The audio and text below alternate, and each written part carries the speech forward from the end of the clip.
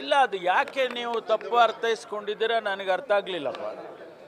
ಬೇಗ ಮಾಡಿ, ರಾಜ್ಯದಲ್ಲಿ ರಾಜಕೀಯದ ಪರಿಸ್ಥಿತಿ ಆಗಿದೆ ಅಂತ ಹೇಳಿದರೆ ಅದಕ್ಕೇನು ಅರ್ಥ ಕಲ್ಪಿಸಿದ್ದೀರಾ ಗೊತ್ತಿಲ್ಲ.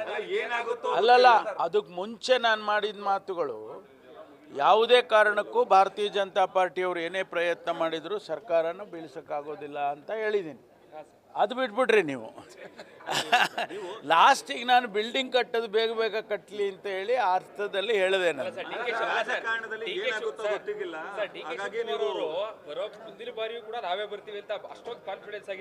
ನಾನು ಇದ್ದೀನಿ. ರಾಜಕೀಯ ಅಂದರೆ ನೀವೇನಕ್ಕೆ ತಿಳ್ಕೊಂಡ್ರಿ ನೀವು? ಅಲ್ಲ, ಬೇಗ ಬಿಲ್ಡಿಂಗ್ ಬರಲಿ ಅಂತ ಹೇಳಿದ್ದು, ಇನ್ನೂ ಚೆನ್ನಾಗಾಗಲಿ, ಮತ್ತೆ ಇನ್ನೂ ಪಕ್ಷ ವಾಪಸ್ಸು ಬರಲಿ ಅಂತೇಳಿ. ಯಾಕಂದರೆ ಬೆಳಿಗ್ಗೆ ಮಾತಾಡುವಾಗ, ಅವತ್ತು ಸಂಜೆ ಮಾತಾಡುವಾಗ ಮೊದಲನೇ ಪ್ಯಾರಾದಲ್ಲಿ ಏನು ಮಾತಾಡಿದೆ ನಾನು? ಸರ್ಕಾರ ಅಸ್ಥಿರಗೊಳಿಸೋಕೆ ಹೋಗ್ತಾರೆ, ಅದು ಇದು, ನಾವು ಏನು ಗಟ್ಟಿ ಇದ್ದೀವಿ, ಸರ್ಕಾರ ಬೀಳ್ಸೋಕ್ಕಾಗೋದಿಲ್ಲ ಅಂತ ಹೇಳಿದ್ದೀನಿ. ಅದು ಸರ್ಕಾರದ ವಿಚಾರ. ಇದು ಪಕ್ಷದಲ್ಲಿ ನಾವು ಬೇಗ ಕಟ್ಟಬೇಕು ಅಂತ ಈಗ ಅಧ್ಯಕ್ಷರಿದ್ದಾರೆ, ಬೇಗ ಕಟ್ಸಿ ಅಂತ ಆ ಅರ್ಥದಲ್ಲಿ ಹೇಳಿದೆ ನಾನು.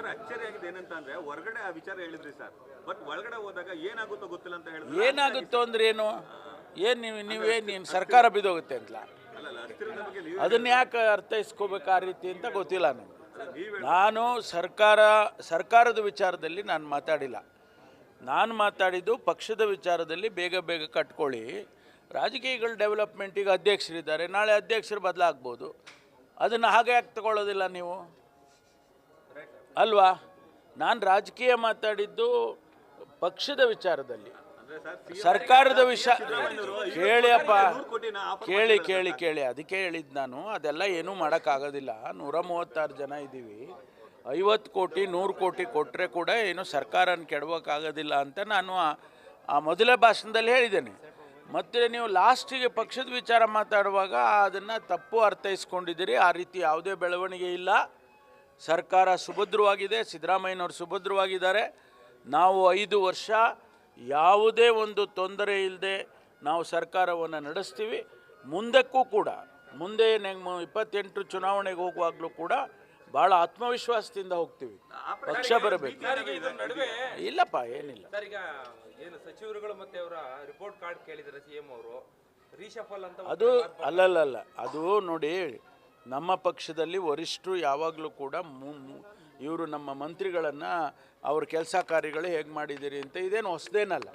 ಹಿಂದೆ ಕೂಡ ಗುಲಾಮ್ ನಬಿ ಆಜಾದ್ ಸಾಹೇಬರು ನಮ್ಮ ಇನ್ಚಾರ್ಜ್ ಆಗಿದ್ದಾಗ ನಾನು ಅವಾಗ ಹೈಯರ್ ಎಜುಕೇಷನ್ ಮಿನಿಸ್ಟ್ರಿ ಇದ್ದೆ, ನಾವೆಲ್ಲ ರಿಪೋರ್ಟ್ ಕೊಟ್ವಿ. ಅವರು ಬಂದು ಇಲ್ಲೇ ಕೂತ್ಕೊಂಡು ನಮ್ಮನ್ನೆಲ್ಲ ಕರೆಸಿ ಇಂಟರ್ವ್ಯೂ ಮಾಡಿ, ನಿಮ್ಮ ಇಲಾಖೆಯಲ್ಲಿ ಕಳೆದ 1-2 ವರ್ಷದಿಂದ ಏನೇನು ಮಾಡಿದ್ದೀರಾ ಹೇಳಿ ಅಂತೇಳಿ ಎಲ್ಲ ಮಾಡಿದರು.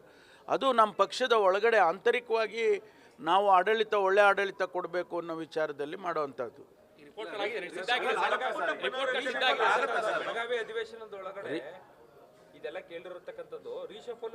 ಅಲ್ಲ, ರೀಶಫಲ್ದು ಅದು ಮುಖ್ಯಮಂತ್ರಿಗಳಿಗೆ ಬಿಟ್ಟಿದ್ದು, ಅದು ಅವರ ಅಲ್ಲೆಲ್ಲ ಗೊತ್ತಿಲ್ಲ ನನಗೆ. ವಿಜಯೇಂದ್ರ ಅವರು ಯಾರ ಪಕ್ಷದವರು? ಅವ್ರು ಭಾರತೀಯ ಜನತಾ ಪಾರ್ಟಿ ಅಧ್ಯಕ್ಷರು. ನಮ್ಮ ಪಕ್ಷದ ವಿಚಾರದಲ್ಲಿ ಅವ್ರಿಗೇನು ಗೊತ್ತಿಲ್ಲ ನನಗೆ. ನಾನು ಕೊಟ್ಟಿದ್ದೇನೆ ನಮ್ಮ ಇಲಾಖೆ, ನಾವೇನೇನು ಕಳೆದ 1 ವರ್ಷ 4 ತಿಂಗಳಲ್ಲಿ ಏನೇನು ಮಾಡಿದ್ದೀನಿ ಅನ್ನೋದನ್ನು ನಾವೊಂದು ರಿಪೋರ್ಟ್ ಮಾಡಿ ನಾವು ಸಬ್ಮಿಟ್ ಮಾಡಿದ್ದೀನಿ. ಅದು ಅವರು ಅಸೆಸ್ ಮಾಡ್ಕೊಳ್ತಾರೆ.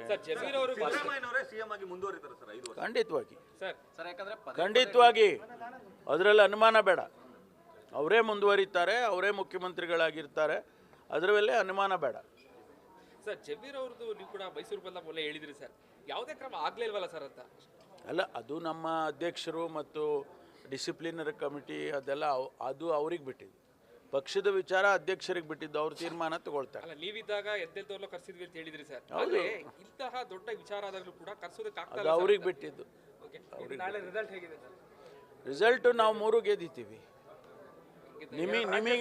ನಿಮಗೆ ಆಶ್ಚರ್ಯ ಆಗೋಂಥ ರೀತಿಯಲ್ಲಿ ಫಲಿತಾಂಶ ಬರುತ್ತೆ. 3 ಗೆದ್ದಿದ್ದೀವಿ.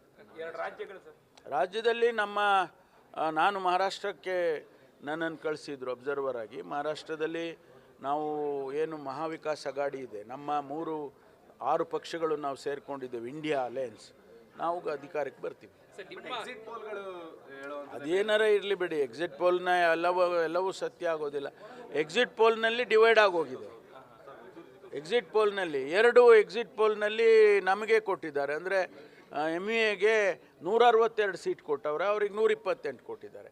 ಸೊ ಯಾವುದು ಎಕ್ಸಿಟ್ ಪೋಲ್ ಕರೆಕ್ಟ್? ಈಗ ನನಗೆ ಬೇಕಾದ್ದು ನನಗೆ ಕರೆಕ್ಟ್ ಅಂತ ಹೇಳ್ತೀನಿ, ಅವ್ರಿಗೆ ಬೇಕಾದ್ದು ಅವ್ರು ಕರೆಕ್ಟ್ ಅಂತಾರೆ. ಆದರೆ ನಮಗೆ ಗ್ರೌಂಡ್ ರಿಯಾಲಿಟಿ ಇರೋದು, ನಾವು ಕಾರ್ಯಕರ್ತರ ಜೊತೆ ಮತ್ತು ಜನಸಮುದಾಯ ಜೊತೆ ನಾವು ಚರ್ಚೆ ಮಾಡಿದಾಗ ಅಲ್ಲಿ ಎಲೆಕ್ಷನ್ ಟೈಮ್ನಲ್ಲಿ ಭಾಳ ಭ್ರಷ್ಟ ಸರ್ಕಾರ, ಅದು ಹೋಗಬೇಕು.